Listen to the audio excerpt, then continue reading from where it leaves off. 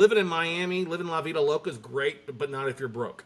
I feel that I'm from northern New Jersey, and I don't know exactly where the home prices are now, although I do know from speaking with a lender out there that you need a average household income of $220,000 a year in order to qualify for what would be considered middle class housing. And over here, of course, those homes would be maybe 350 to $400,000. Over there, probably 800,000 to $1.2 million. Yeah, I mean the ratio of home prices to income is a lot higher up in New Jersey than say here in Dallas. It's just become so unaffordable. But it's also too, we have a affordability issue.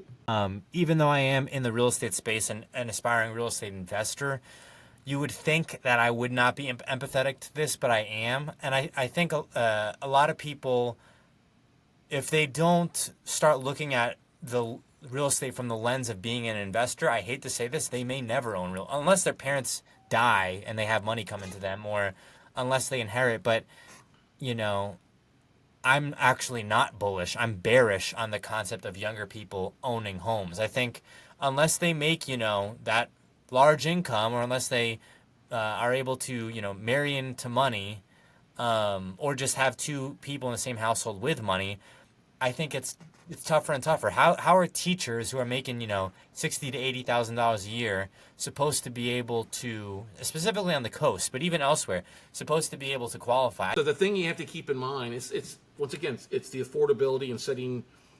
People love to live in nice places, but it doesn't mean that they can afford to live there. And that's where I think the I buy a lot of stuff in the Rust Belt states, the Michigans, the Indianas, the Ohio's. Sure. It's the same thing like why people from California are leaving in droves to come to Arizona, to Texas, because they can buy 3 times the amount of home for a third less and put a bunch of equity in their pocket. So that's what you have to think.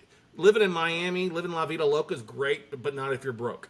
Yeah. Living in, New York City is great, but if you're broke and can't afford anything and you're living in a tin can, I mean, that's not the life for me.